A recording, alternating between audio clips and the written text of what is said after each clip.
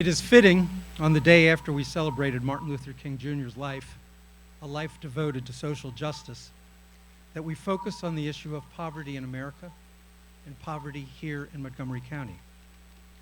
We are called to do so, as is so often the case, by our faith leaders, in this instance, the Catholic Church, who anointed this month as Poverty in America Awareness Month. Awareness is an indispensable predicate to action, and action is most certainly required. We did not win the war on poverty.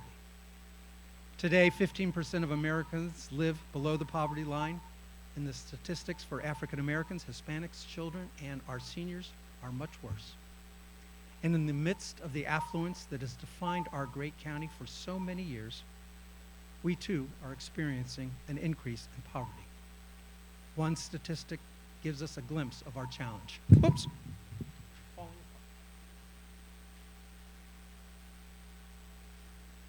One statistic gives us a glimpse of our challenge. The number of children living in poverty has doubled in our county in the last 10 years. Fortunately, our county is blessed to have a broad network of faith groups and nonprofits deeply committed to addressing the root causes of poverty and mitigating its devastating impact. Here with us today, we have Joanne Barnes, of course, of our county. Where's Joanne? Thank you.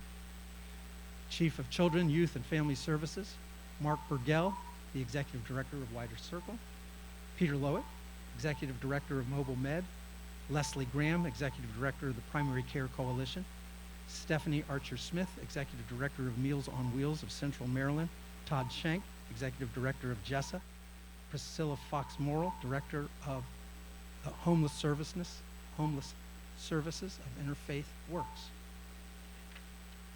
Our nonprofit community is committed, and so too is our county government, this council, and certainly my colleagues on the Health and Human Services Committee. We share that deep commitment. And that is good because we collectively have work to do to close the growing income divide, to provide the job skills that can lift people up, to provide the early childhood education that is a predicate to equal opportunity, to provide food for the homeless, food insecure, and housing for the homeless, and so much more.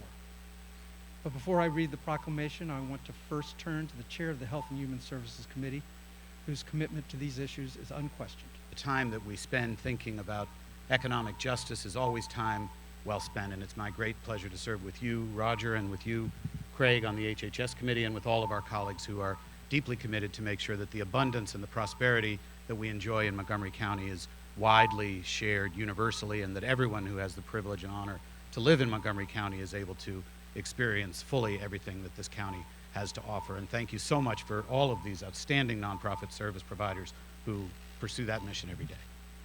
Poverty is something that, as Councilmember Berliner said, unfortunately we see trending along socioeconomic lines, and oftentimes that affects many of our minority populations, much larger degree than some of our other populations here in the county. As we continue to grow as a community and we see the growth happening in those sectors, it becomes a growing problem for us, and we're starting to see a rise. And so it's important for us to recognize the challenges that we face and be real about them, to have those honest, frank conversations about the fact that we have people that on cold days like this are still living outside without homes and without meals for their children here in Montgomery County, one of the richest counties in the nation.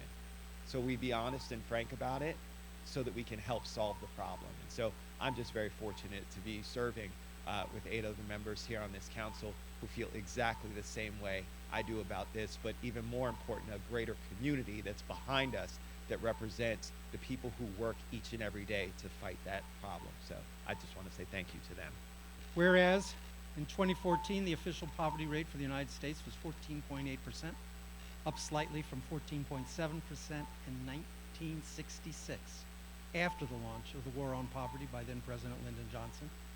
And whereas the gap between rich and poor is growing larger throughout the country, and here in Montgomery County, a county blessed with great affluence that is also experiencing growing poverty, including a doubling in the childhood poverty rate from 2005 to 2015. And whereas the United States Conference of Catholic Bishops, the Catholic Campaign for Human Development, and the Catholic community in the United States pronounced Poverty in America Awareness Month in response to Pope Francis's challenge to live in solidarity with the poor. And whereas our county has been at the forefront of fighting poverty by pursuing policies that lift up the working poor and most vulnerable by raising wages and maintaining a strong safety net even during tough budget times. And whereas our effort to fight poverty must continue by, among other things, supporting job training, funding hunger relief programs, increasing our affordable housing stock, expanding the reach of medical care, and expanding affordable quality child care options. And whereas the Montgomery County Council recognizes and appreciates the tireless efforts of the many county agencies, faith-based organizations, and nonprofit organizations who work with our most vulnerable residents every day to fully realize the spirit of this month-long call to action. Now, therefore, be it resolved that the Montgomery County Council hereby joins the U.S. Conference of Catholic Bishops, the Catholic Campaign for Human Development, and the Catholic community in the United States in proclaiming January 2016 as Poverty in America Awareness Month.